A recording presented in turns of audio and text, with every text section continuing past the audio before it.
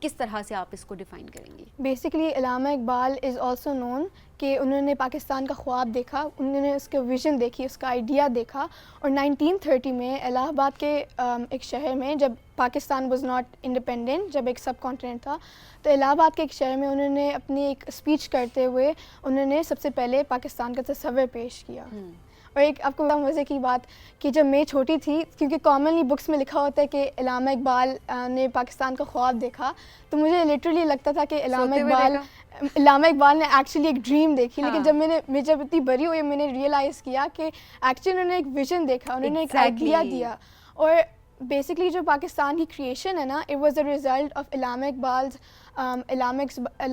Inspiring Quaid Azam with his leadership skills. اچھا واقعی دیکھیں بچپن کی اگر بات کریں تو ہمارے کیونکہ آہستہ آہستہ بچے سب سمجھنا شروع کرتے ہیں, اور یہ پیرنٹس کا کام ہے, بڑوں کا کام ہے, اور جس طرح ہمارا یہ شو ہے ہم ایجوکیٹ کرنے کی کوشش کرتے ہیں کہ بچوں کو کہ ایکچوئل خواب کا مطلب کیا تھا. وہ ایک ویژن تھا جو انہوں نے دیکھا تھا کہ پاکستان ہوگا, ایک الگ جو ہے ملک ہوگا. سو obviously اس نظریے کو کس طرح سے and then he inspired Quaid Azam for that. Exactly. اچھا لاسٹلی ماروش, کچھ ایسی انفارمیشن علامہ محمد اقبال کی جو کہ آپ ہمارے بچوں کو دینا چاہیں گی, جو کہ آپ کو لگتا ہے کہ وہ انٹرسٹنگ بھی ہے, تھوڑی منفرد بھی ہے, وہ کیا ہے؟ سب سے پہلے کہ ترکی میں ایک علامتی قبر بنائی گئی ہے, ٹھیک ہے, اٹس سمبولک, ایک سمبولک گریو ہے جس میں حالانکہ علامہ اقبال کی جو وہ دفن ہوئے ہیں بادشاہی ماسک اور لاہور فورٹ میں پاکستان میں, لیکن ترکی میں انہوں نے ایک علامتی قبر بنائی ہے just to give tribute to him, to honour him. تو I feel like that's so cool and everybody should know. کیونکہ اور ایک اور بات کہ جو جرمنی ہے اس میں انہوں نے وہ ادھر بھی گئے تھے, کچھ عرصہ ادھر بھی رہے تھے, تو جس اسٹریٹ میں وہ رہے تھے اٹس نیمڈ آفٹر ہم, اس کا نام ہے اقبال عفر اسٹریٹ. ٹھیک ہے, تو کچھ فیکٹس جو ہیں وہ آپ نے ہمیں بتائیں. بہت شکریہ ماروش پروگرام میں ہمیں جوائن کرنے کے لیے. اور ظاہر ہے یہ سارے پیغامات, ہماری کوشش ہے کہ ہم جس طرح بھی کمیونیکیٹ کر سکتے ہیں پیغامات اقبال کے, آپ بچوں تک بھی پہنچا سکتے ہیں, ہم اس طرح سے پوری کوشش کریں. تو ابھی یہ پورا جو ہمارا اسپیشل پروگرام ہے اقبال ڈے کا, یہ جو ہے وہ کنٹینیو رہے گا, اور اس کے بعد بہت زبردست مہمان ہمیں جوائن بھی کرنے والے ہیں. بالکل, ایک بریک کی طرف بڑھیں گے. Rising Pakistan Iqbal day special, stay with اس.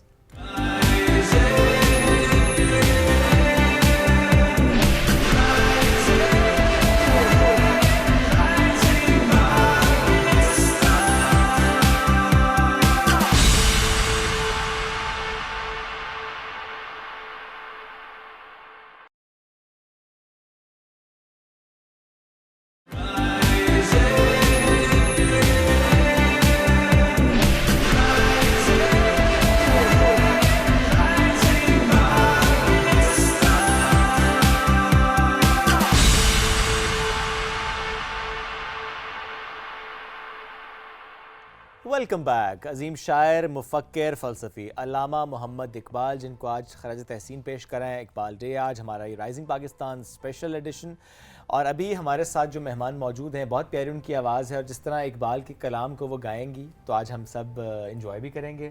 جو ہم بات کرتے ہیں, اس سے پہلے بھی جو ہم بچوں سے متعلق بات کرتے ہیں, بچوں کو کس طرح اقبال سے ہم کنیکٹ کرتے ہیں, تو یہ بھی ہماری ایک ایسی ہی کاوش ہے. ہمیں جوائن کیا ہے مہانور نے, اور ان کے ساتھ موجود گٹارسٹ ذیشان. السلام علیکم جی, کیسے ہیں آپ لوگ؟ میں بالکل ٹھیک ہوں, آپ کیسے ہیں؟ الحمدللہ. مہانور, یہ تو مجھے آپ کا ٹیلنٹ معلوم ہی نہیں تھا کہ آپ اقبال کے کلام کو گاتی بھی ہیں. بڑا مشکل ہے تلفظ, بالکل بہت مشکل ہے, باقی شاعری سے بہت زیادہ مختلف ہے. اوبویسلی اس کی الفاظ کی جو ڈسٹریبیوشن ہے اس پہ بہت زیادہ غور کرنا پڑتا ہے, ٹائم ٹیکنگ ہے اوبویسلی, کیونکہ میننگس بدل جاتے ہیں. یہ ویسے شوق, خواہش کیسے اس کا آغاز ہوا؟ بس اقبال کا کلام ایک الگ ایک الگ اسکول آف تھاٹ ہے, ایک الگ وائب ہے, جو کہ ایک الگ پاتھ پرووائڈ کرتا ہے, اور it's a way that takes you towards more knowledge. Competitions ہوتے ہوں گے اسپیشلی اقبال ڈے کے حوالے سے, جتنے بھی ہم کہہ سکتے ہیں کہ تقریبات ہوتی ہوں گی, ان میں تو میرا خیال ہے سب سے پہلے آپ کی ڈیمانڈ ہوتی ہوگی.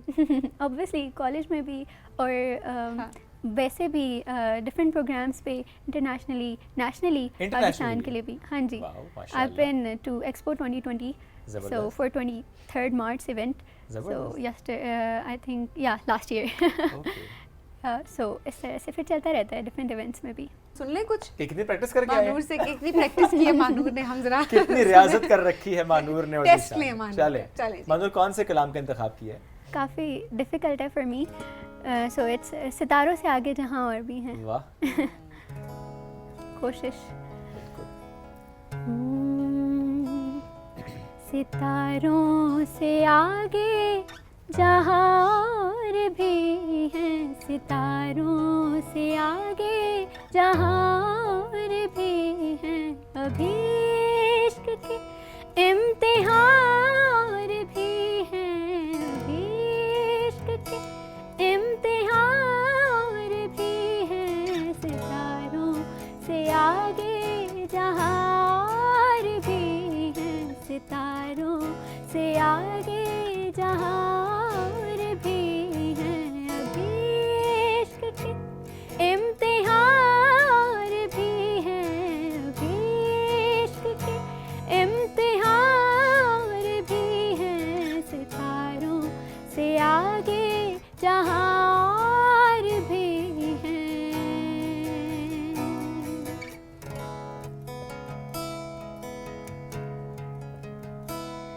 اگر کھو گیا ایک نشے من تو کیا غم,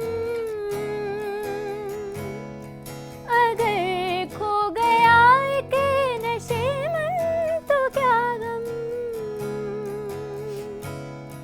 اگر کھو گیا ایک نشے من تو کیا غم, مقامات آہو فغان بھی ہیں, مقامات آہو فغان بھی ہیں, ابھی عشق کے امتحان بھی ہیں, ابھی عشق کے امتحان بھی ہیں, ستاروں سے آگے جہاں اور بھی ہیں.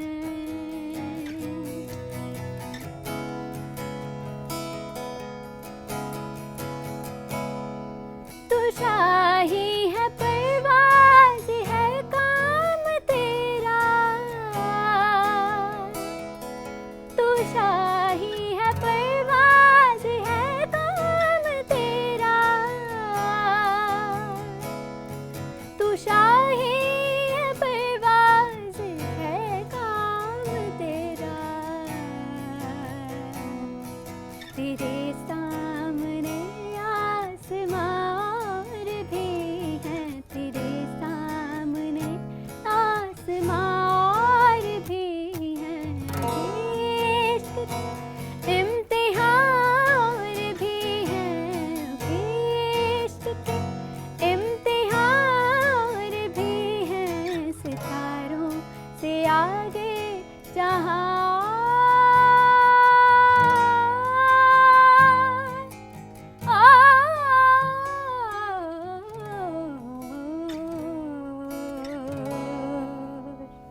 واہ کیا بات ہے. زبردست. جو آخری سر تھا جو میں نے کہا ابھی گئی, لیکن ماشاءاللہ وہ تیاری آپ کی اور جو پریکٹس کی ہم بات کر رہے ہوتے ہیں وہ صحیح نظر آئی ہے کہ صحیح تیاری کی. ویسے مانور, ظاہر ہے اقبال کے کلام کی اگر بات کریں, آپ کو خود یہ کلام پڑھتے ہوئے کیا فیل ہوتا ہے, آپ کی اپنی فیلنگس کیا ہوتی ہیں جب آپ تیاری کر رہی ہوتی ہیں, اسپیشلی ایک ایک لفظ ایک ایک سینٹینس جب آپ ادا کرتی ہیں, how do you feel? I feel really, scared to be honest, because آپ کہیں بھی ایک چھوٹی سی مسٹیک, اگر ہم لوگ ورڈس کے ڈسٹریبیوشن کی بات کر لیں, سانس کی بات کر لیں, تو ہی اس کا پورا معنی بدل جاتا ہے, تو وہ ایک بڑی مسٹیک ہو جاتی ہے. تو آپ کو بہت زیادہ کنسنٹریٹ ہو کے بہت زیادہ اس کو لینا پڑتا ہے, گانا پڑتا ہے, یا پریکٹس بھی اس پہ اوبیسلی زیادہ ہوتی ہے. پر اقبال کی پوئٹری اور میوزک اس کو کمبائن کرنا یہ ان ریسنٹ ٹائمز کتنا امپورٹنٹ ہے, شاید اس لیے بھی کہ لوگ زیادہ کنیکٹ کر پاتے ہیں, اس لیے آپ نے بھی چوز کیا یہ؟ بالکل, کیونکہ آج کل ہم جو دیکھ رہے ہیں, ہماری نئی جنریشن ہے, Gen Zs, so I think they are literally away from this side, from this thing like Iqbal's poetry. Obviously ہم لوگ جب اردو پڑھتے ہیں تو ہمیں تھوڑا سا مشکل فیل ہوتا ہے, اقبال کو پڑھتے ہیں یا دوسرے شعراء کو پڑھتے ہیں تو ہم تھوڑا سا مشکل فیل کرتے ہیں, تھوڑا سا ڈر لگتا ہے.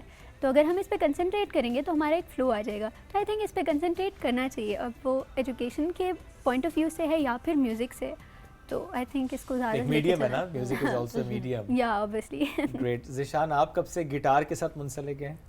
مجھے تقریباً 7 ایئرس ہو گئے. اوکے, گٹار ہی بجاتے ہیں کہ اور کوئی میوزیکل انسٹرومنٹ بھی پسند ہے؟ میں کافی ملٹی انسٹرومنٹس بجا لیتا ہوں, رباب اور اسٹرنگ انسٹرومنٹس کافی زیادہ بجا لیتا ہوں. اچھا, تو جو اقبال کے کلام کو جس طرح پڑھنا گانا وہ مشکل ہے, اسی کے ساتھ میوزک کی بیٹ کو میچ کرنا, کیا یہ بھی مشکل پیش آتی ہے, اس میں چیلنجنگ ہے؟ ایکچولی یہ ایکسپریسو ہے نا, میں نے تو سپورٹ کرنا ہے اس کو, اگر میں ہی اس طرح سے اسے نہیں سپورٹ کروں گا تو وہ بیان نہیں کر پائے گا اگلا جو بھی گا رہا ہوگا یا سنگ کر رہا ہوگا یا بیان کر رہا ہوگا. تو یہ بڑا ڈیپینڈ کرتا ہے اس میں, یہ بھی مشکل ہے, یہ بھی مطلب ایکسپریسو ہے بہت زیادہ. تو ظاہر ہے اتنی محنت, اتنی پریکٹس اس میں بھی ریکوائرڈ ہے. ایسے ہی ہے. Very nice, thank you so much. آپ دونوں کا بہت بہت شکریہ.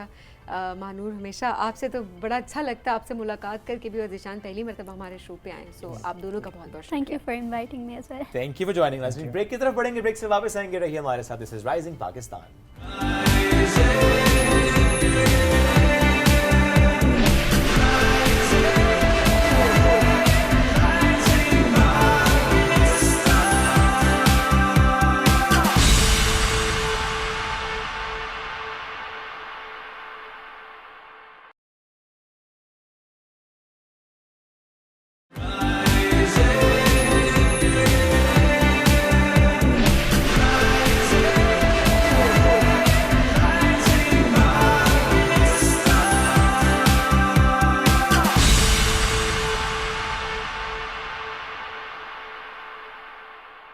Welcome back. Rising Pakistan Iqbal day special پہ خوش آمدید آپ کو کہتے ہیں. بات ہو رہی ہے علامہ محمد اقبال کی, ان کی زندگی کی, ان کی فکر, ان کی سوچ, ان کا کلام, ان کی فلسفی. جب اس کی ہم بات کرتے ہیں تو جس طرح ہم آج آغاز میں بھی ذکر کر رہے تھے اور ان کی کئی جہتوں کا ہم نے حوالہ بھی دیا.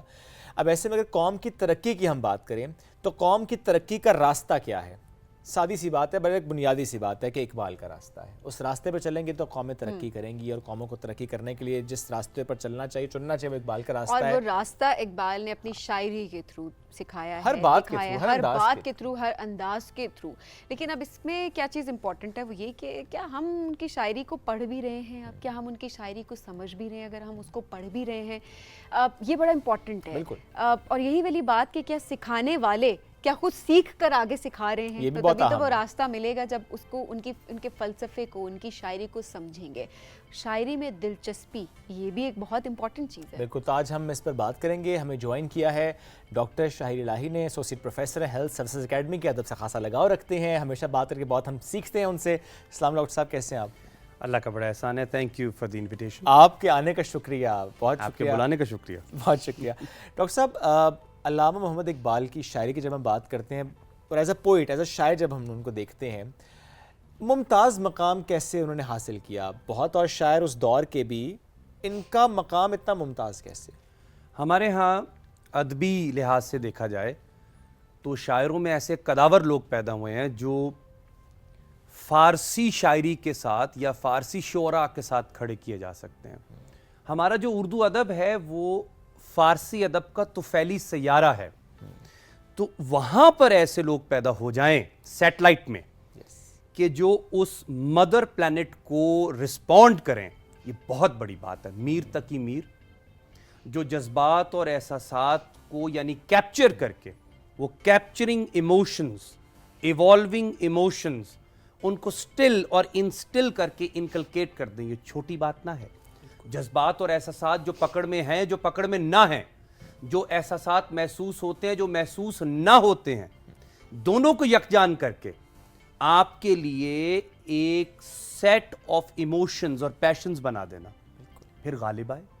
اور غالب کی یارڈ سٹک کے بغیر ہم کسی بھی شاعر کا قد ماپتے ہیں, بالخصوص اردو ادب میں. اوکے, تو مرزا اسد اللہ خان غالب, مرزا نوشہ نے ہی اپنے کسی ایک شاگرد کو خط میں کہا تھا کہ شاعری کافیہ پیمائی کا نام نہ ہے کہ کافیہ ردیف جوڑیے, اس کو ہم وزن کیجئے, معنی آفرینی کا نام ہے. واہ.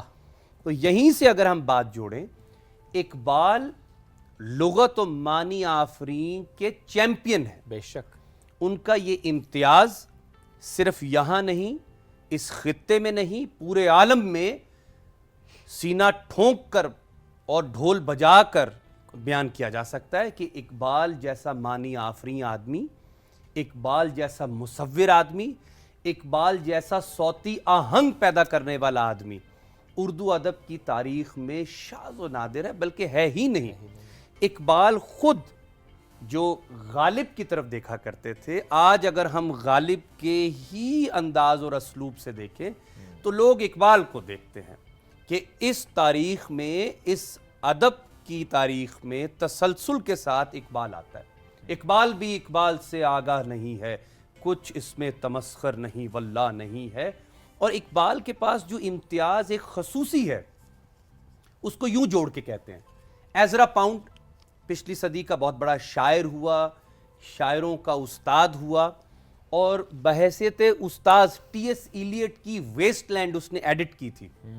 ٹی ایس ایلیٹ کی ویسٹ لینڈ پچھلی صدی میں یقیناً اتفاقاً نہیں، اجماع ہے اس پر کہ طویل ترین نظم ہے اور بڑی نظموں میں سے ہے، اس کو اکونومائز کیا۔ تو وہ کہتا تھا کہ شاعری جو ہے وہ کم لفظوں میں، لفظوں کا اسراف کیے بغیر مدلل، جامع، متحقق، مربوط بات کہنے کا نام ہے۔ اقبال کے اندر بدرجہ اتم موجود ہے، کم لفظوں میں پوری بات۔ لا دینی و لاطینی کس پیچ میں الجھا تو، دارو ہے ضعیفوں کا لا غالب الا ہو۔ اور ایسے الفاظ، ایسی آوازیں، ایسی تصویریں جو ابھی سنی نہیں، دیکھی نہیں، وہ احساسات جو محسوس نہیں ہوئے، وہ اقبال کا ورق در ورق پلٹنے سے سننے، دیکھنے اور محسوس کرنے کو ملتے ہیں۔ یہ اس کا احسان عظیم ہے، یہ اس کا امتیاز ہے۔ یہ کاوش، یہ ڈول اقبال نے ڈالا کہ وہ الفاظ جو عام استعمال میں نہ ہیں وہ شاعری میں کھپا کے صرف کر کے دکھائے جائے۔ دوسرا، اس میں نئے معنی انسٹال کیے جائیں۔ ہر لفظ بچپنے سے گزرتا ہے، جوان ہوتا ہے، میچور ہوتا ہے، بالغ ہوتا ہے، پھر بوڑھا بھی ہو جاتا ہے، فرسودہ بھی ہو جاتا ہے، ڈسکارڈ بھی کر دیا جاتا ہے۔ اقبال نے جس لفظ کو ہاتھ لگایا ہے اس کو ٹائم اینڈ سپیس سے آزاد کر دیا۔ آپ دیکھیے اقبال زمان و مکان کی قید سے آزاد کر دیتے ہیں لفظوں کو۔ اس کے اندر ایک ایسا پیشن، ایک ایسا معنی، ایک ایسی تصویر، ایک ایسی آواز داخل کر دیتے ہیں کہ وہ ایک عام آدمی اور ایک ایسا آدمی جو کم سے کم اپنے تئیں دعویٰ کرتا ہو کہ میں نے بہت پڑھ رکھا ہے، دونوں کو بیک وقت متاثر بھی کرتا ہے اور اس کے سینے کو کشادہ بھی کرتا ہے، آنکھ بند کرے تو اندر منظر بھی پیدا کرتا ہے۔ تو اقبال کے ہاں جو یہ صوتی حسن، معنی آفرینی اور بالخصوص احساسات کو گرباں دینے والی اور مؤثر کر دینے والی شاعری اور اس کا اسلوب موجود ہے، یہ میچ لیس ہے۔ دیکھیے جدت و جودت، ترقی وغیرہ، اس کی جو تصویریں آج کل دیکھنے کو ملتی ہیں، جو نیریٹیوز ملتے ہیں، چاہے وہ میٹا میگا نیریٹیوز ہوں یا لوکل ہوں، تو اس میں ترقی کو دکھایا جاتا ہے فارورڈ لوکنگ، سامنے، آگے۔ اقبال بھی ابن السبیل کہتے ہیں، جگہ جگہ آگے چلنے کی، بانگے درا، اونٹنی وہ جو قافلے میں آگے چلتی ہے اس کے گلے میں پڑی گھنٹی۔ مگر اقبال یہ بھی دکھاتا ہے کہ جو پہیہ ہے وہ اصلاً اپنی ایجاد میں، اپنے تصور میں پہیہ ہے، ہاں ایجادات میں تنوع سے، تصورات سے، ترقی سے، ارتقاء سے تبدیلی آئی، پہیہ وہی ہے۔ اس چیز کو یوں سمجھنا چاہیے کہ اقبال پرانے تصورات کو بھی اگر اٹھاتا ہے تو اس کو تازہ کر دیتا ہے۔ تو اب آپ اقبال پہ یہ لیبل اور سٹیکر نہیں لگا سکتے کہ وہ دقیانوس آدمی ہے، وہ بیکورڈ لوکنگ تھا، نہیں۔ بہت ساری چیزوں کا مستقبل اس کے ماضی میں ہوتا ہے، اقبال نے اس کا استقبال ماضی سے برآمد کر کے دکھایا۔ یہ چھوٹی بات ہے، یہ احسان عظیم ہے، یہ کرامت کا اظہار ہے جو اقبال کے ہاں موجود ہے۔ تو ایک بات تو یہ ہو گئی کہ اقبال کا امتیاز اس لحاظ سے بہت زیادہ مختلف ہے، اختلاف کی بنیاد پر نہیں، امتیاز کی بنیاد پر، کہ وہ اپنے باقی شاعروں میں بھی اور اپنے معاصرین میں بھی، ربندر ناتھ ٹیگور، جونیئر معاصرین میں ایزرا پاؤنڈ جیسے لوگوں میں بھی بالکل مختلف اور منفرد نظر آتے ہیں اپنی شاعری سے، اپنے اسلوب سے۔ جیسے جہاں سے وہ صاحب ارشاد ہوئے، کہتے ہیں کہ مجھے رشد وہاں سے ملا، یعنی ان کی جو لکنت تھی لغت کی، اس کے کسبل نکلے جب انہوں نے رومی کو پڑھا۔ اور مولانا جلال الدین بلخی المعروف رومی علیہ رحمہ کیا کہتے ہیں؟ کار مرداں روشنی و گرمی است،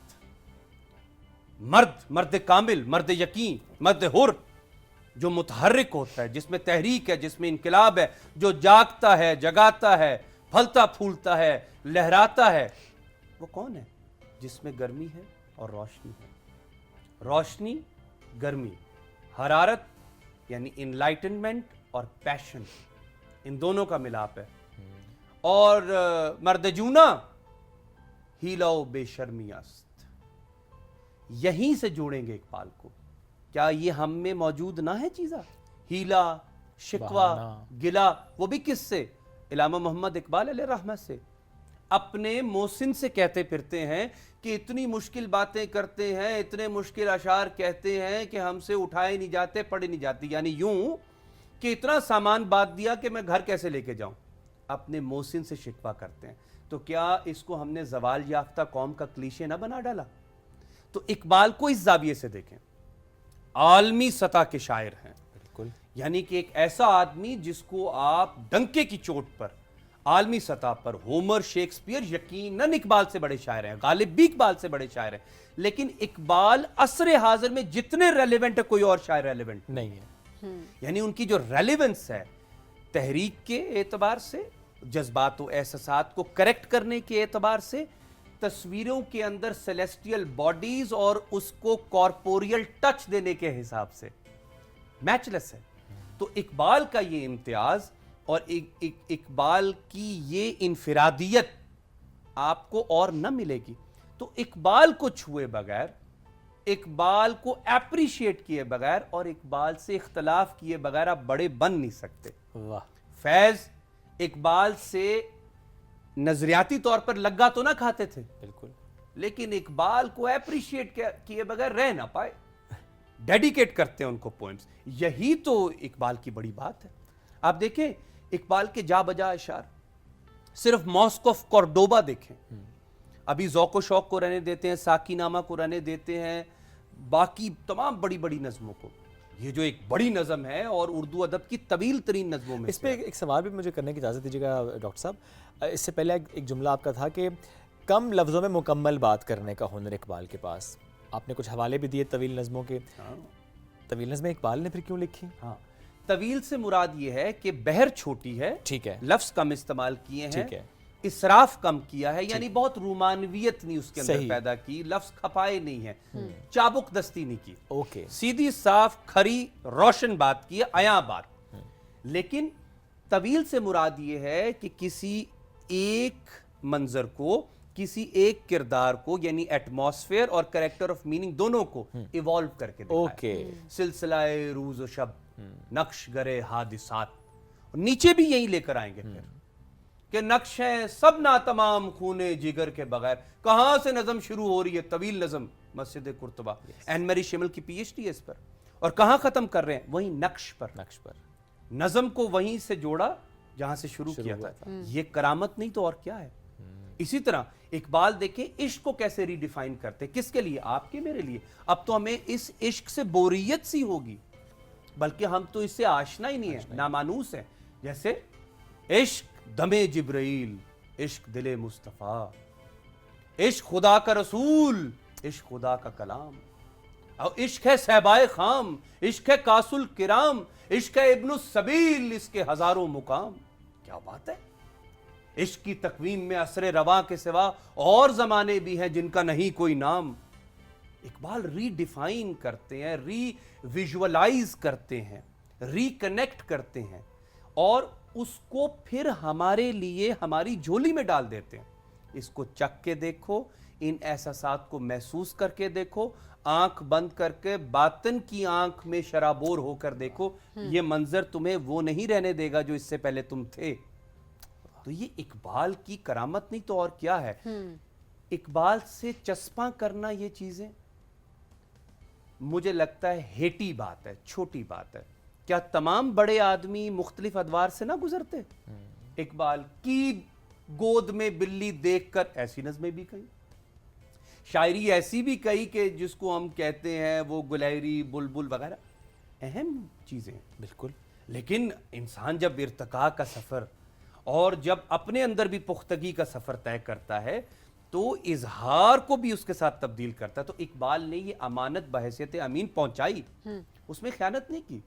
کہ کسی ایک ہی چیز سے چسپاں ہو کے رہ گئے.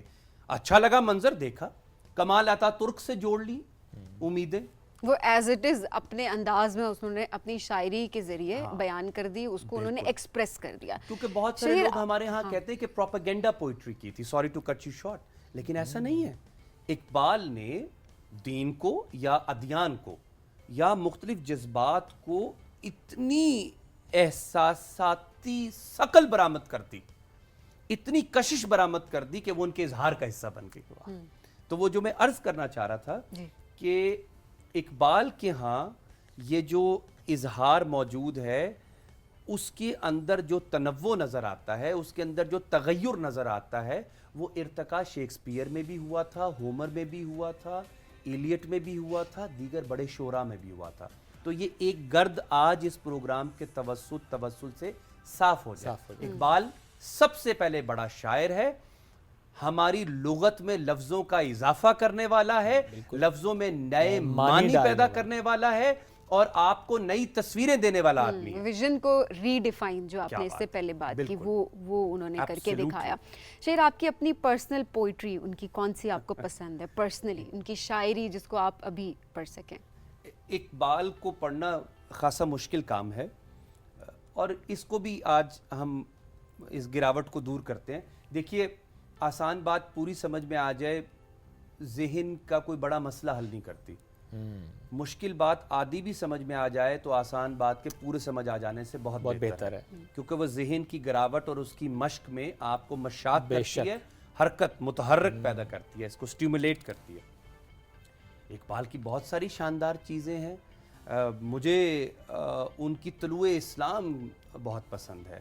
کمال آتا ترک سے کہیں آپ نے امیدیں وابستہ کی, پھر اس کو ملون و مطعون بھی کیا بہت سارے اسباب کی بنیاد پر, لیکن مسلمان کو مسلمان کر دیا طوفان مغرب نے, تلا تم ہائے دریا ہی سے ہے گوہر کی سیرابی.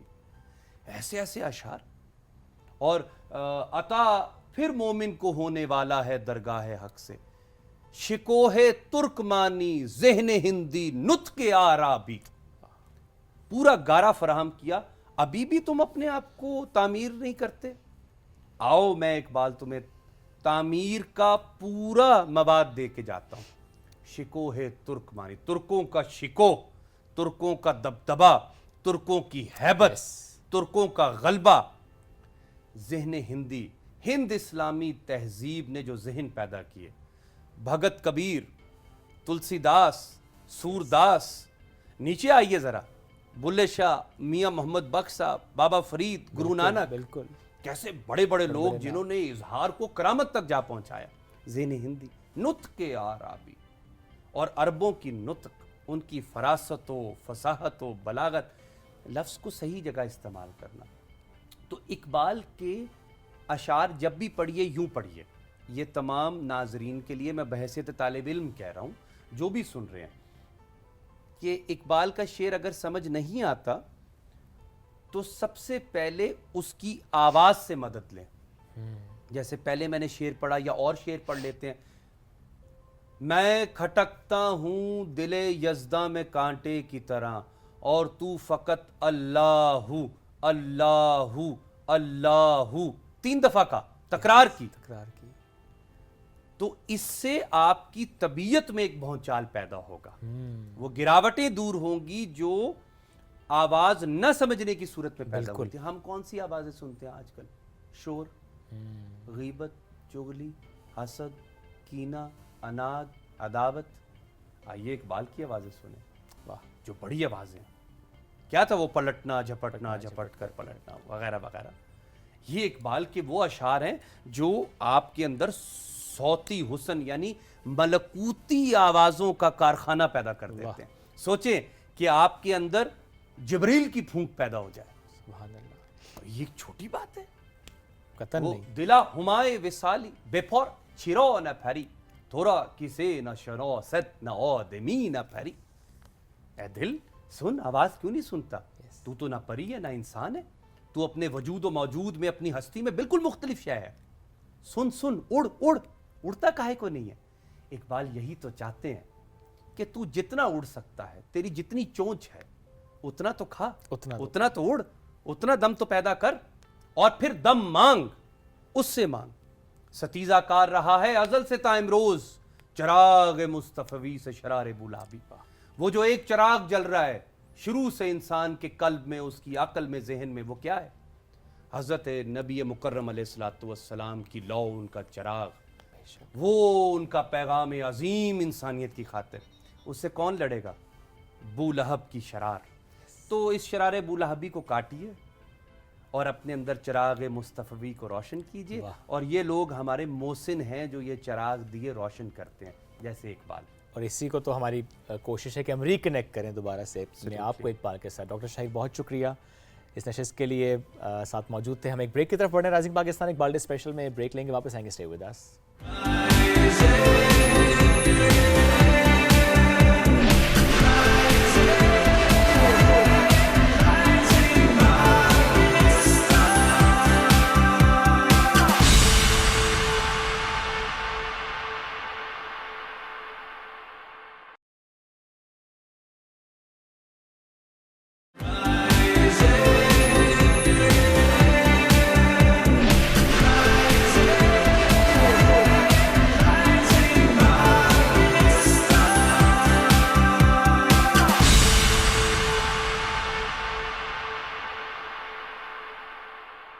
ویلکم بیک جی. آپ کو کہیں گے خوش آمدید اقبال ڈے اسپیشل. آج یہ اسپیشل پروگرام ہم آپ کے لیے کر رہے ہیں تاکہ آج ہم علامہ محمد اقبال کو سمجھنے کی کوشش کریں, ان کی شاعری میں اپنے بچوں کی دلچسپی پیدا کریں. اسپیشلی ہمارے بچے جب پڑھ رہے ہوتے ہیں تو ان کو ہسٹری کا پتہ ہونا بہت امپورٹنٹ ہے کہ کہاں سے, کس طرح سے, کیا کیا سوچا اقبال نے, جس کو ہماری آج کی نوجوان نسل نے, تمام لوگوں نے لے کر آگے چلنا ہے, اسپیشلی پاکستان کے پرسپیکٹیو سے. تو جو ہمیں خواب کی بات کر رہے تھے اس سے پہلے کہ آج کے بچے بھی, جب ہم بھی چھوٹے تھے, ہم اکثر کہتے تھے علامہ اقبال نے پاکستان کا خواب دیکھا. تو اس کا اصل مقصد, اس کا اصل معنی کیا تھا, اس کو سمجھنا بہت امپورٹنٹ ہے بچوں کے لیے. اس سے پہلے بھی جس طرح ہم نے بتایا تھا کہ ایک طرح سے ایک ویژن پاکستان کا انہوں نے دیکھا, ایک تصور پاکستان کا. تحریک پاکستان میں علامہ اقبال کا کیا کردار رہا ہے, آج اس حوالے سے ہم اس نشست میں بات کریں. ایگزیکٹلی ہمیں مہمان نے جوائن کر لیے ڈاکٹر آمنہ محمود. آپ پی ایچ ڈی ڈاکٹر ہیں, انٹرنیشنل اسلامک یونیورسٹی میں شعبہ سیاسیات سے وابستہ ہیں. ڈاکٹر صاحب بہت شکریہ, آپ نے آج اس نشست کے لیے ٹائم نکالا. ڈاکٹر صاحب, تحریک پاکستان اور علامہ محمد اقبال کا کردار, ہم یہیں سے چاہیں گے گفتگو کا آغاز ہو. دیکھیے, جو علامہ اقبال ہیں ان کی ایک ہمہ جہد شخصیت ہے, اور جب ہم بچپن میں پڑھتے تھے جیسے ابھی بتا رہی تھی, تو ہم نے وہ ان کی نظم جگنو اور اس طرح کی وہ نظمیں پڑھی جو بچوں کو اس لیے بتائی جاتی تھیں کہ وہ ہیومن ویلیوز کو اور انسانوں کے آپس میں رویے کو انڈرسٹینڈ کریں, اور پھر ان کی کوئی مورل ٹریننگ بھی ہو جائے. تو اپارٹ فرام ہز پوئٹری, اگرچہ ان کی پوئٹری میں ہی ان کا بہت بڑا پیغام ہے, لیکن اس کے ساتھ بہت کم لوگ یہ جانتے ہیں کہ وہ پولیٹیکل تھاٹ میں ان کا ایک بڑا رول ہے.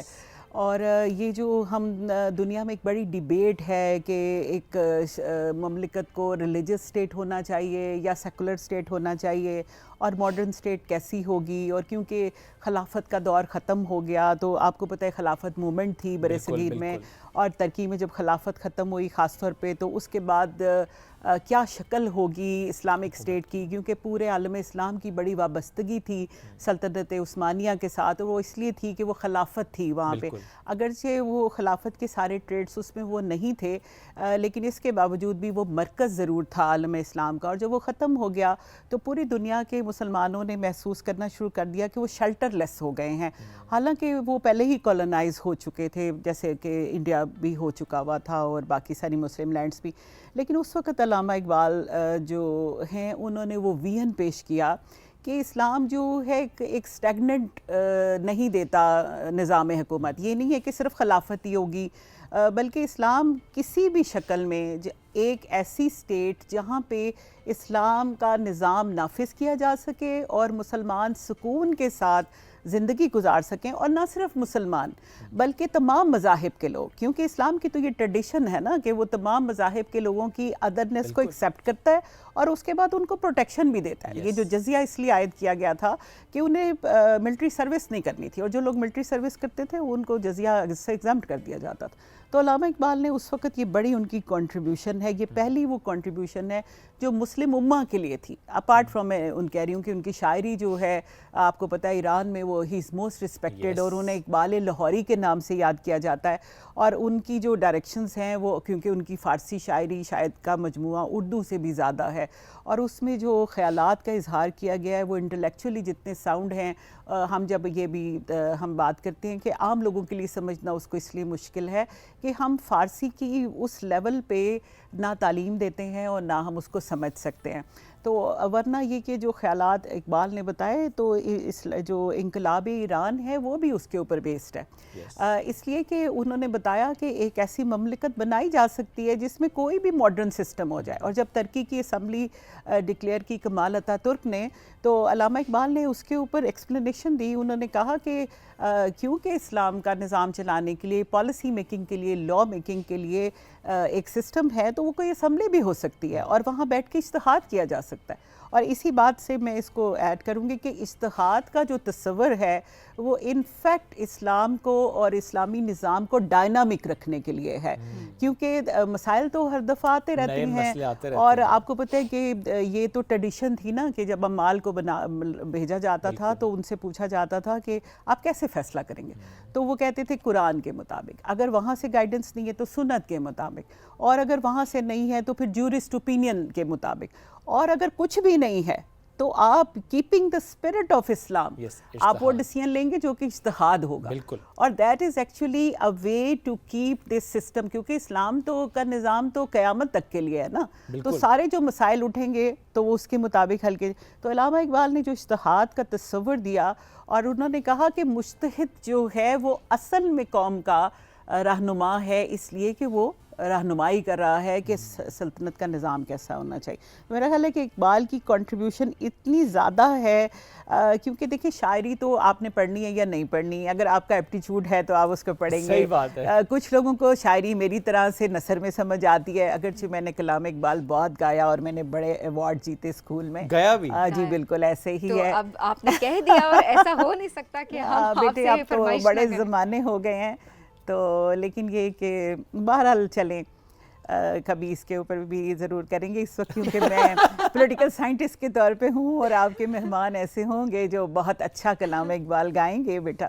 تو لیکن میرا یہ خیال ہے کہ جو مسلمانوں کی ایک سیاسی زندگی ہے, دیکھیں سیاسیات جو ہے وہ ہر چیز کے اوپر حاوی ہے. ویسے تو ہم کہتے ہیں کہ انسان پیدا ہوا تو اسے کیا چاہیے تھا, روٹی کپڑا اور مکان, لیکن انسان کیونکہ حیوان ناطق ہے نا, باتیں کرتا ہے, سوچتا ہے, تو اس لیے صرف روٹی کپڑا مکان سے تو جانور بھی بہل جاتے ہیں نا. ان کو شیلٹر چاہیے, کسی کھو میں گھس گئے, کسی غار میں گھس گئے, اور کھانا پینا مل گیا اور پھر پیڑ بنا لیے, ٹھیک ہے یہ تو حیوانیت کی زندگی نارمل ہے. لیکن جو اصل زندگی ہے انسان کی وہ ہے اس کی تھاٹ, اس کے آئیڈیاز, اس کے اندر جو ایک ڈائنامزم ہے for change, for having good life. تو وہ اقبال نے ہمیں گائیڈ کیا, اور ہم سیاسیات اور بھی زیادہ امپورٹنٹ ہے. آپ دیکھیں everything is governed by the government policies.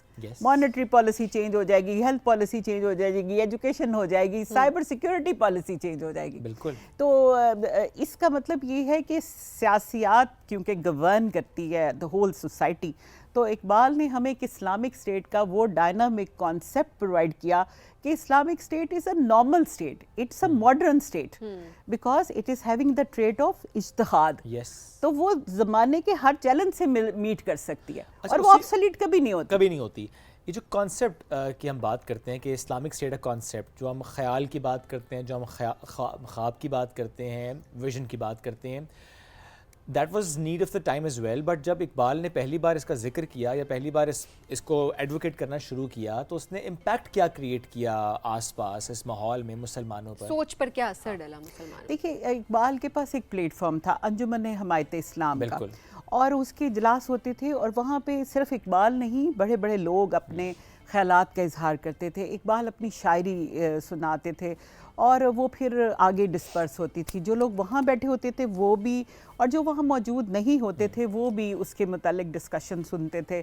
اور اس طرح سے اقبال نے جو مسلم کانفیڈنس لوز کر دیا تھا نا دیکھیں جب آپ کے اوپر کالونیل رول ہوتا ہے تو سب سے پہلے اس کا نظام تعلیم وہ آ جاتا ہے جو آپ کو سبارڈینیٹ بناتا ہے. انسان کی فطرت میں حریت ہے, انسان کی فطرت میں اٹانومی ہے, اس کی فطرت میں سبارڈینیشن نہیں ہے. آپ دیکھیں چھوٹے سے بچے کو بھی آپ کہیں گے نا تو جیسے جب تک تو آپ کرے گا تو وہ کہے گا, اگر آپ کہیں گے تو وہ کہے گا کیوں, اور یہ انسان کی فطرت ہے اور that is very much natural.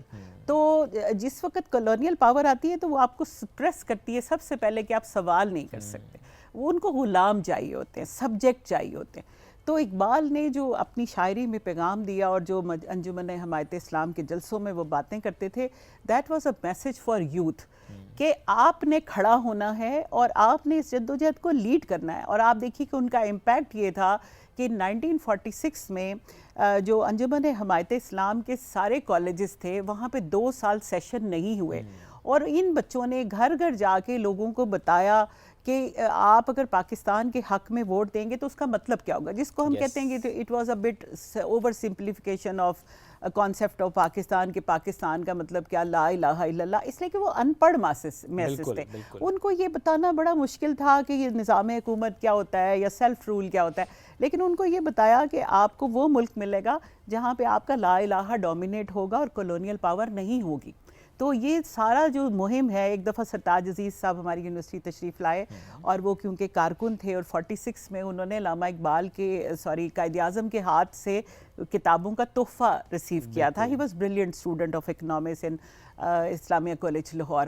تو انہوں نے یہ بتایا مجھے کہ ہم نے 2 سال نہیں پڑھا, اور قائد اعظم جب آئے اور انہوں نے کہا کہ آپ یہ چلا رہے تھے, آپ نے بہت کنٹریبیوٹ کیا پاکستان کی طرف اور آپ جو کر رہے ہیں تو ابھی بھی کر رہے ہیں, تو انہوں نے کہا کہ یہ جو رول ہے یہ ہم نے علامہ اقبال کی تعلیمات کے اوپر اپنے آپ کو پورا اترنے کے لیے اپلائی کیا. وی ور امپریسڈ. اور اس کے بعد دیکھیں کہ قائد اعظم نے کہا کہ نوجوانوں کا جو یہ رول ہے, کنٹریبیوشن ہے پاکستان بننے میں, بہت زیادہ انہوں نے اکنالج کیا, لیکن اب ان کا رول ہے دوبارہ اپنے تعلیمی اداروں میں جانا اور پڑھنا اور پاکستان کی خدمت کے لیے اپنی کیپیسٹی بلڈنگ کرنا.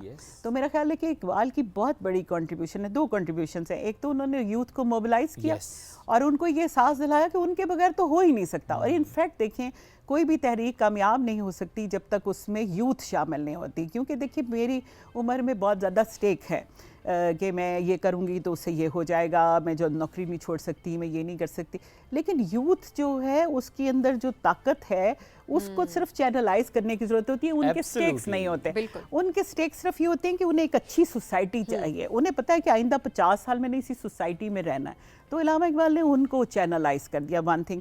دوسرے جو ہم انہیں کہتے ہیں کہ جو بیٹی ابھی کہہ رہی تھی کہ ہم نے خواب دیکھا, ہم نے سوچا, اچھا لوگ سمجھتے ہیں کہ علامہ اقبال سو گئے, انہوں نے خواب دیکھا, but it was not the case. It was a well thought, یعنی established thought of vision of علامہ اقبال, کہ انہوں نے سوچا کہ دیکھیں اس سے پہلے ایک پوری تاریخ ہے نا جو آپ نے بچپن میں پاکستان اسٹڈیز میں پڑھی ہوگی, چاہے بے دلی سے ہی پڑھی ہو, لیکن بہرحال اس کی بڑی امپورٹنس ہے.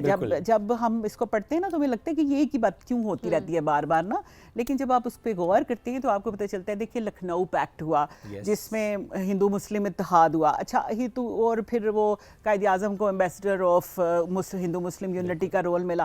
ہم کہتے ہیں کہ اتحاد کیوں کر لیا ان کے ساتھ کیوں, لیکن it was a great contribution کہ ہندو آپ کو قوم تسلیم ہی نہیں کرتے تھے, لیکن جب آپ اکراس دا ٹیبل بیٹھتے ہیں تو سب سے پہلے آپ اس کو تسلیم کرتے ہیں کہ yes you are a party, اس کو لے کے چلے. اس کے بعد علامہ اقبال پریکٹیکل پالیٹکس میں بھی داخل ہو گئے, وہ لیجسلیٹو اسمبلی کے ممبر بھی بنے. اور آپ کو پتہ ہے یہ جو ہمارے پنجاب یونیورسٹی کے ایگزام ہوتے ہیں یا کسی بھی یونیورسٹی کے, اس پہ فیکٹیشیس رول نمبر لگتے ہیں.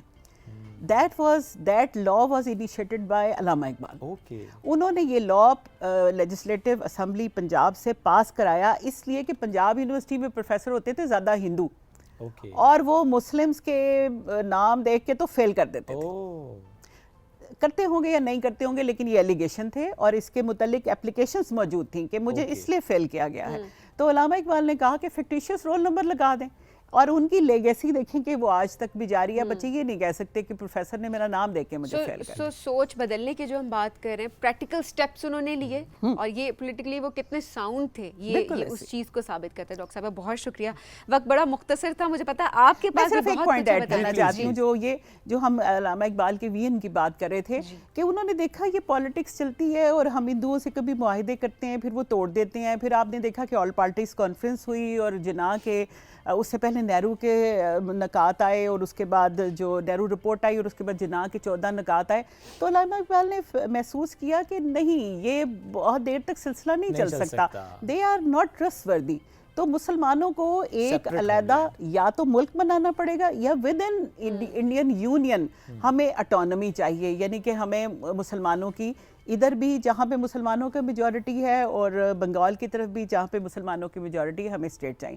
اور اس وقت یہ سوچنا بڑا ہی عجیب تھا, اور یہ تقریباً کوئی 50 سال آگے کی بات تھی جو علامہ اقبال نے سوچی, اور انہوں نے اس کے اوپر پھر آپ نے دیکھا کہ ایک ڈائریکشن دے دی نا, اور پھر اس کے بعد اس ڈائریکشن پہ عمل کرنے کے لیے قائد اعظم محمد علی جناح کو بلایا بھی اور کہا کہ آ جائیں بیکاز آپ کی ضرورت ہے اور آپ ہی یہ لیڈرشپ اور گائیڈنس پرووائڈ کر سکتے ہیں. انہوں نے آگے لیڈ کیا اور پھر رزلٹ اوبویسلی اس کا امپیکٹ بھی ہمارے سامنے ہے. 1930 میں خطبہ آیا اور اس کے بعد صرف 17 سال کے عرصے میں, and that was a miracle کہ پاکستان بن گیا.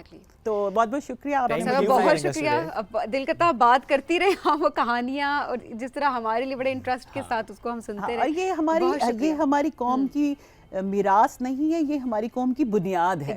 اور کوئی بھی قوم اپنی عمارت بنا ہی نہیں سکتی بنیاد کے بغیر. بنیاد بہت امپورٹنٹ. ناظرین ہم بڑھیں گے ایک بریک کی جانب, اسٹے ود اس.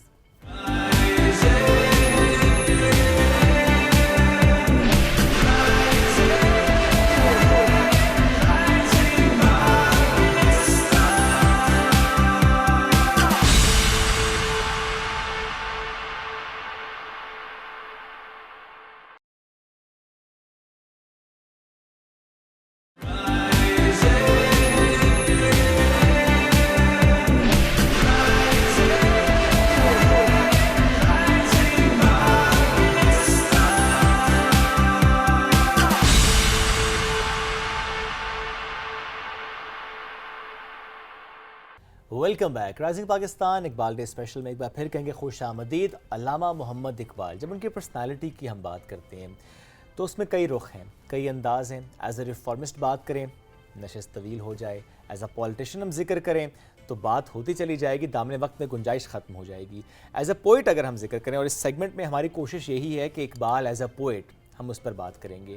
اور جب ہم ان کی شاعری کی بات کرتے ہیں, ان کے کلام کا ہم ذکر کرتے ہیں, ان کے کلام کی اپنی ایک پرواز اور اپنی ایک منزل, اور کس طرح سے ان کی شاعری, ان کا کلام زندگی کے لیے موزوں ہے, اس کا اپنا ایک انداز ہے. تو آج جب ان کی شاعری کی بات کرتے ہیں, آفاقی شاعر کہا جاتا ہے ان کو, اور ان کی شاعری جس میں پیغام ہی پیغام ہے, بچوں کے لیے بھی ہے, نوجوانوں کے لیے بھی ہے, بلکہ پوری امت کے لیے. کیسے سمجھ سکتے ہیں, سب سے بڑی بات آج وہ بھی ہم کوشش کریں گے کہ ہم اس بارے میں بھی بات کریں کہ اقبال کی شاعری فلسفہ بیسیکلی کیا ہے.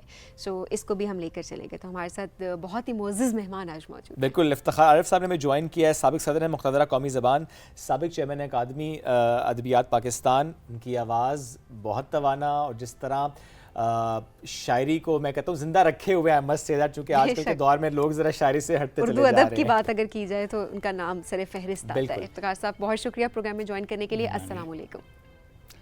بہت مہربانی, آپ نے یاد فرمایا. آپ کے آنے کا شکریہ. افتخار صاحب, علامہ محمد اقبال, جس طرح ہم نے ابھی آغاز میں بھی کہا, اور چونکہ آپ کے آنے سے پہلے بھی جو ہمارے سیگمنٹ تھے ہم یہی ذکر کر رہے تھے کہ ان کی پرسنالٹی, اور جب ہم ان کے شاعری کلام کا ذکر کرتے ہیں, آپ ان کی شاعری کو کس نگاہ سے دیکھتے ہیں, کیونکہ اس میں بڑی کئی جہتیں ہیں. اقبال کے بارے میں ہمارے ہاں بعض چیزیں ایسی ہیں جو کلیشے کے طور پر استعمال ہوتی ہیں. ہم ان کو بلا شبہ وہ پاکستان کے بنیاد گزاروں میں تھے, اور بلا شبہ وہ ایک بہت بڑے فلسفی اور مدبر اور مصلح تھے, اور بلا شبہ انہوں نے بہت عملی زندگی میں کام کیا. پاکستان کے قیام کے سلسلے میں جو بنیادی نظری بنیادیں فراہم کی وہ اقبال نے کی, مگر ان کی جو بہت اہم شناخت ہے وہ شاعر کی ہے, اور اس کو نظر انداز نہیں کیا جانا چاہیے. وہ شناختیں بھی بہت اہم ہیں, مگر بحیثیت شاعر کے بھی وہ آپ 20ویں صدی میں جو دنیا میں اس وقت جو مسلم دنیا کے ترجمان کے طور پر جو 2 آدمی زیر بحث آتے ہیں، جسے آپ اکیڈمیا کہتے ہیں، جس کو آپ جہان دانش جو ہے اس میں، تو ایک تو مولانا جلال الدین رومی ہیں جن کو پیش کیا جاتا ہے ہمارے ترجمان کے طور پر، اور دوسرے علامہ محمد اقبال ہیں، اور بلا شبہ ہمارے لیے یہ فخر کی بات ہے کہ وہ ہمارے ملک کے بنیاد گزاروں میں تھے اور وغیرہ۔ تو بحیثیت شاعر کے جس کا آپ نے ذکر کیا کہ وہ آفاقی شاعر تھے اور عالم انسانیت کے شاعر تھے، یہاں میں ایک گزارش کرتا چلوں کہ کوئی بھی شاعر آفاقی نہیں ہو سکتا جب تک کہ وہ مقامی نہ ہو، اور جب تک کہ وہ اپنی زمین سے اور اپنے لوگوں سے اور اپنے علاقے سے اور سے جڑا ہوا نہ ہو۔ ایک تو یہ بات۔ دوسری بات یہ کہ آفاقی ہونے کا یہ مطلب قطعی نہیں ہے کہ وہ کسی ایسے عقیدے کا ماننے والا ہو کہ جو آفاقی طور پر، دیکھیے ہومر ہے یا ملٹن ہیں یا کالیداس، سورداس وغیرہ ہیں، توسیدہ، یہ سب آفاقی شاعر ہیں اپنے اپنے طور پر، حالانکہ ان کے مذاہب اور تھے، ان کی اساطیری پس منظر ان کا اور تھا۔ اقبال نے بلا شبہ انہوں نے اپنے آپ کو، جسے آپ کہتے ہیں، متعارف کرانے کے سلسلے میں تمام شاعری ان کی کہتے رہتے تھے، محرم راز درون میں خانہ اور میری نوائے پریشاں کو شاعری نہ سمجھ، مگر ہے یہ سب شاعری۔ اور یہ جو شعر ہے انہوں نے فارسی میں اور اردو میں مجموعے چھوڑے۔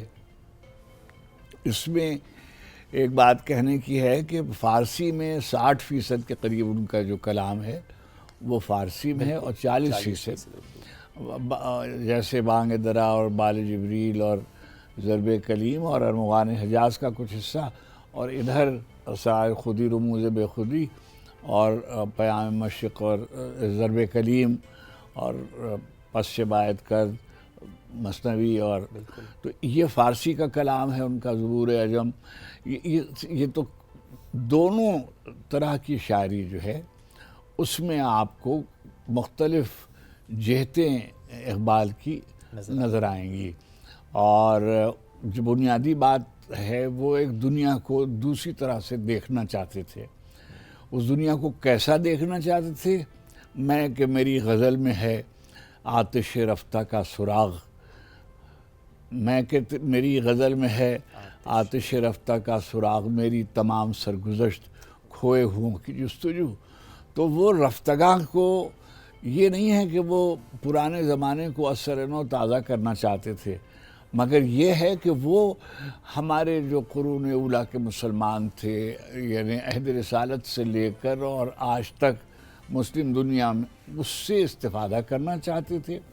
ہماری جو شوکت و ستوت تھی اس کو بحال کرنا چاہتے تھے، اور اسی لیے انہوں نے ان کی شاعری میں آپ کو یہ سارے رنگ آپ کو نظر آتے ہیں۔ چاہتے تھے نئی دنیا قائم ہو، اور وہ نئی دنیا کیسی ہو اس کی نشاندہی کرتے تھے۔ چنانچہ بہت کم شاعر دنیا کے ایسے ہیں کہ جنہوں نے کسی قوم پر اتنا اثر ڈالا ہو جتنا اقبال نے ڈالا۔ اب اس گفتگو میں آپ نے جو کہا نا 60% کلام ان کا فارسی میں اور 40% اردو میں، کیا یہ ایک وجہ ہے کہ ان کے کلام کو سمجھنا، چونکہ ظاہر ہے ابھی ہم دیکھیں تو فارسی کا کلام تو ظاہر ہے سمجھنا خاصا مشکل ہے ہم سب کے لیے ہی، کیا کیا جائے کہ جو مشکل کلام، یعنی میں فارسی پہ اسپیسیفک یہ کوشچن کر رہا ہوں کہ ہم اس کو بھی سمجھ پائیں؟ اصل میں آپ نے بہت صحیح بات کہی، اس لیے کہ اردو کا کلام بھی جو ان کا ہے وہ فارسی آمیز ہے، اور اس میں فارسی کی بہت آمیزش بہت اچھا اچھی اردو، اچھی بری اردو سے میری بنیاد یہ کہ اگر اردو میں تعلیم کی صورت ہو اور آپ کا اردو کا پس منظر ٹھیک ہو تو آپ کو اردو کا کلام سمجھ میں آ جاتا ہے۔ اچھا اب یہ بات بیٹے وضاحت کرنے کی ہے کہ وہ جو زمانہ ان کا تھا اس زمانے میں سارے بر صغیر میں جو لوگ تھے وہ اپنی مادری زبان بولتے تھے اور سمجھتے تھے اور پڑھتے تھے، اردو پڑھتے تھے اور بولتے تھے اور سمجھتے تھے، اور فارسی بھی ان کے نصاب کا حصہ تھی اور زبان پڑھتے تھے سمجھتے تھے. تو پورا بر صغیر جس میں یعنی بھارت بھی شامل ہے اور بنگلہ دیش بھی شامل ہے اور ہم بھی شامل ہیں، اور افغانستان اور سینٹرل ایشیا جسے آپ کہتے ہیں، مشرق وسطیٰ سے پہلے یہ جو ہمارا علاقہ ہے ماوراء النہر ہم اسے کہتے ہیں، اور سمجھیے ایران ظاہر ہے سب فارسی بولتا تھا، تاجکستان وغیرہ میں. تو انہوں نے اپنے بڑے گویا لوگوں سے خطاب کیا. چنانچہ یعنی میں عرض کروں کہ جو پہلا ان کا مجموعہ تھا وہ فارسی میں پہلے چھپا، خودی اسرار خودی اور رموز بے خودی پہلے، یعنی اسرار خودی پہلے چھپ گیا، بعد میں بانگ درا اور اس کے بعد بال جبریل. اور اچھا اس میں بھی آپ کو ایک خاص طرح کی تبدیلی نظر آئے گی. شروع کا جو مجموعہ ہے بانگ درا ہے، مثلا اردو پہ ہی ہم اگر اپنے آپ کو کہ بانگ درا ہے، اس میں تمام طرح کی قومی نظمیں بھی ہیں، اور اس میں جو اس زمانے میں جو بر صغیر کا پس منظر تھا اس میں ہم ہندوؤں کے ساتھ اور سکھوں کے ساتھ اور مسلمانوں کے ساتھ رہ رہے تھے.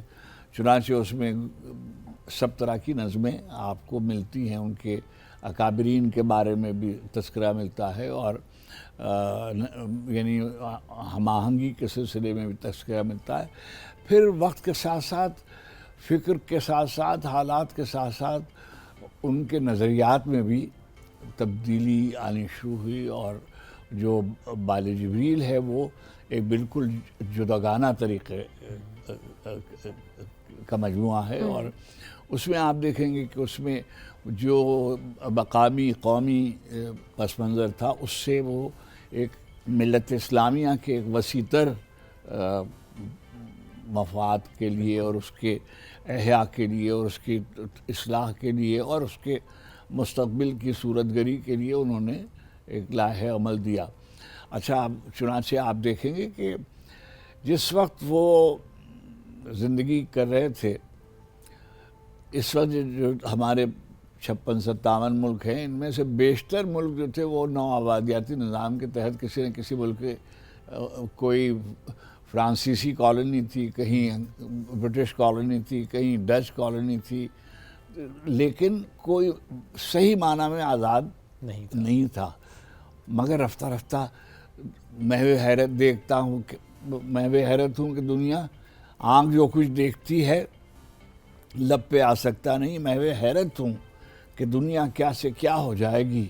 دیکھیے اس بحر کی تہ سے اچھلتا ہے کیا، گنبد نیلوفری رنگ بدلتا ہے کیا. چنانچہ وقت کے ساتھ ساتھ، مگر اب آپ دیکھیے آج بھی صورتحال بیٹے بالکل اور ہے. نیل کے ساحل سے لے کر تا بخاک کاشغر جو ہے وہ جہاں جہاں مسلمان ہیں وہاں صورت احوال دشواری کی ہے. بالکل.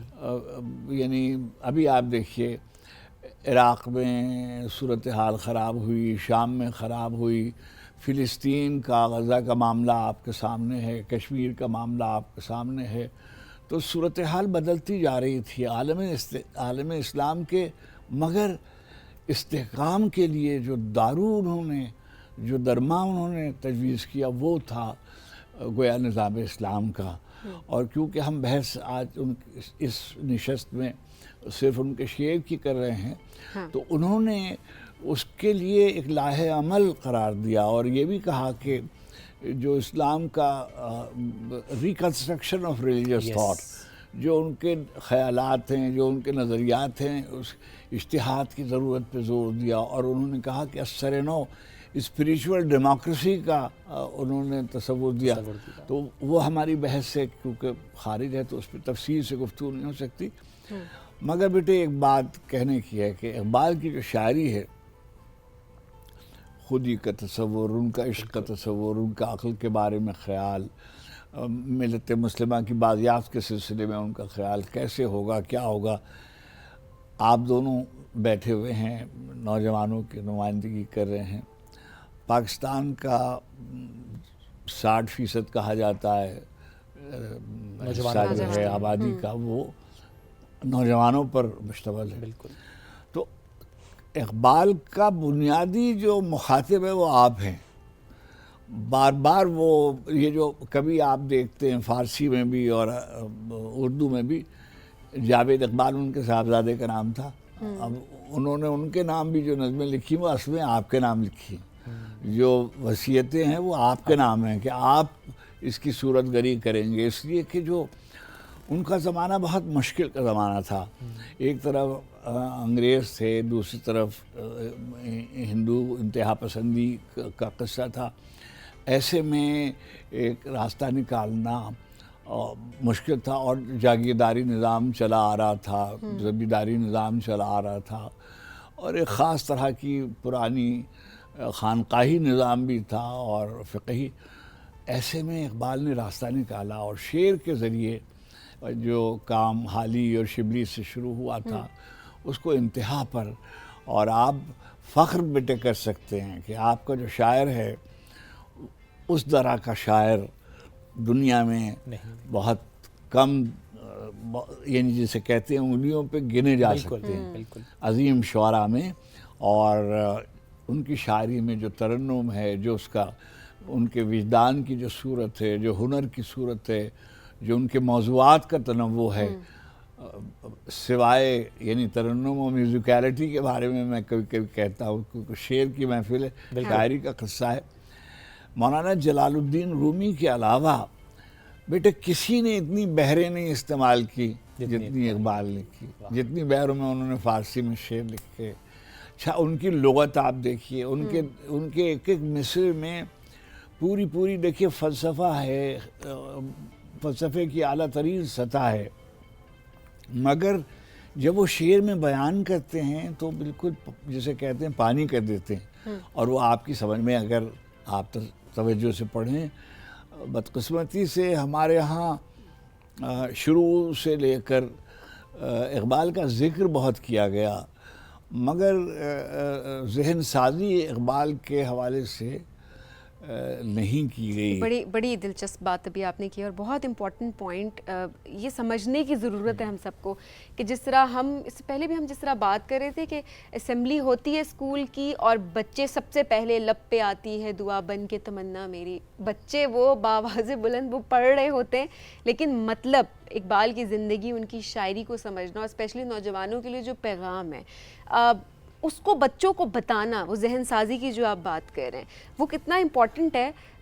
کس طرح سے افتخار صاحب آج کا نوجوان ان کی شاعری سے ریلیٹ کر سکتا ہے کہ پڑھنا شروع کرے اور پھر اس کو اچھے طریقے سے سمجھ سکے؟ بیٹے دیکھیے، ایک تو جیسے تعلیمی نظام ہوتا ہے اس میں گریڈز ہوتے کہ پہلی سطح پر ابھی آپ نے نظم پڑھی، ابھی ہم نے بچپن میں جو بچوں کی اقبال کی، کسی اور شاعر نے اقبال کی طرح بچوں کے لیے اتنی نظمیں شاید کم لکھی گئی ہیں دنیا میں بھی کم. جو عظیم شعراء ہیں ان کے اگر آپ دواوین دیکھیے بچوں کے لیے کام بہت کم نظمیں لکھی ہیں، اتنی نہیں لکھی. اچھا نوجوانوں کے لیے پھر ان کا خطاب اور پھر آگے ملت مسلمہ کے لیے اور عالم انسانیت کے لیے، تو سب کے لیے اس میں اس قدر ہے. یعنی انہوں نے زندگی 60-61 برس کی زندگی ہے اور اس میں انہوں نے بہت لکھا ہے. ان کے خطوط ہیں، ان کے انگریزی کی کتاب ہے، ان کے ریفلیکشنز ہیں. تو اقبال کو بیٹے اپنی کلیت میں سمجھنے کی ضرورت ہے اور درجے بدرجہ آپ پڑھیں گے اگر اقبال کو اور پڑھائیں گے تعلیمی نظام میں. اچھا جتنی نوجوانوں کے پڑھنے کی ضرورت ہے ان کے اساتذہ کے بھی پڑھنے کی ضرورت ہے. بہت امپورٹنٹ.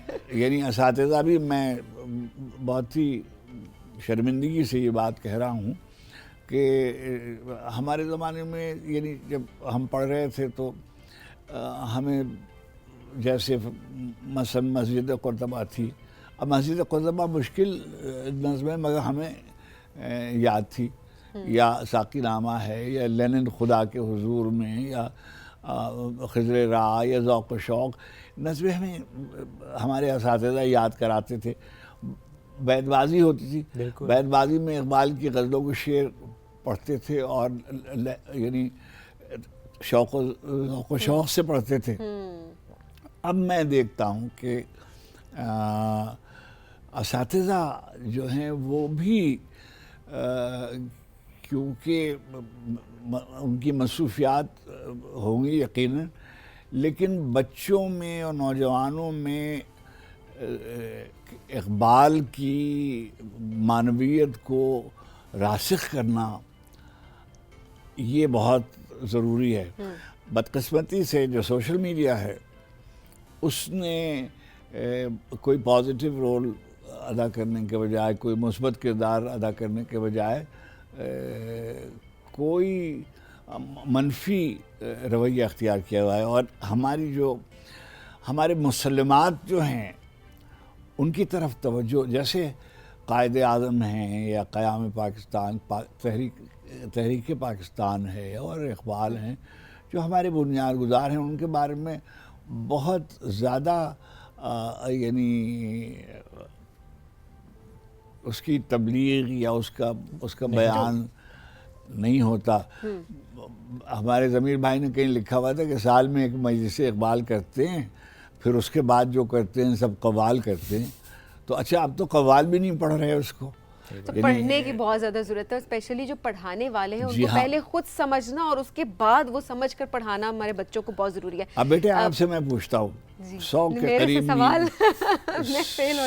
قریب ہیں میڈیا کے چینلز ہیں, آپ غور فرمائیے کہ مثلا نومبر میں, اپریل میں ایک آدھے گھنٹے بھر کا پروگرام ہو گیا اور جسے کہتے ہیں اللہ خیر صلی اللہ ختم. کہیں آپ نہیں دیکھیں گے کہ فکر اقبال کے حوالے سے اور ان کے نظریات کے حوالے سے یا بنیادی گفتگو میں مزید کام ہونا چاہیے, مزید بات ہونی چاہیے تاکہ سب ریلیٹ کر سکیں, دوبارہ سے اس بارے میں بات بھی کر سکیں, یاد رکھ سکیں. آخر میں افتخار صاحب کوئی اپنی پسندیدہ اقبال کی کوئی شاعری اگر آپ ہمیں سنا سکیں. میں آپ کو ایک شعر نوجوانوں کے لیے, اٹھ کہ خورشید کا سامان سفر تازہ کریں, اٹھ کے خورشید کا سامان سفر تازہ کریں, نفس سوختہ شام و سحر تازہ کریں. اقبال کی شاعری میں صرف یہی ہے کہ آپ کو آگے جانا ہے, اپنی خودی کو بیدار کرنا ہے, جد و جہد, اور کوئی بار بار وہ یہ کہتے ہیں کہ جد و جہد کے بغیر عمل کے زندگی بدلے گی نہیں, تغیر ناگزیر ہے مگر جد و جہد کے بغیر کوئی منزل حاصل نہیں کی جا سکتی. اور وہ آپ سے امید لگاتے ہیں کہ دیکھ چکا کہ جرمنی میں بھی تبدیلی آ گئی, فرانس پہ ان کے زمانے میں تبدیلی آ گئی, برطانیہ میں روح مسلمہ میں ہے, آج وہی اضطراب راز خدائی ہے یہ کہہ نہیں سکتی زماں. دیکھیے اس بحر کی تہ سے اچھلتا ہے کیا, گنبد نیلوفری رنگ بدلتا ہے کیا. زمانہ بدل رہا ہے مگر کہیں دور تک نظر نہیں آتا. پاکستان اور اس کے نوجوان اس ملت اسلامیہ کے مستقبل کے بھی امانت دار ہیں اور اس کا حق ہے اور ان کا فریضہ ہے کہ وہ اس حق کو ادا کریں. یہ اقبال کی طرف سے آپ پر ذمہ داری عائد کی گئی ہے اور یقین کیا جانا چاہیے, توقع کی جانی چاہیے, دعا کی جانی چاہیے کہ آپ اسے پورا کوشش کرنی چاہیے کہ ان توقعات پورے تھے. افتخار صاحب بہت شکریہ, آج ہمارے لیے بڑے آنر کی بات ہے کہ آپ ہمارے سامنے اور ہم نے آپ سے سیکھنے کی کوشش کی. آسان الفاظ میں جس طرح سے افتخار عارف صاحب نے ہمیں سکھانے کی آج کوشش کی, بتانے کی کوشش کی, تو یقیناً آپ اور ہم اس سے استفادہ ضرور حاصل کریں گے. بیسیکلی ہماری کوشش تھی کہ ہم سب ریکنیکٹ کریں اپنے آپ کو اقبال سے, علامہ محمد اقبال سے. ناظرین اسی کے ساتھ آج کے اس پروگرام سے ہم دونوں کو دیجیے اجازت, دوبارہ ملاقات منڈے کو کریں گے. اللہ حافظ.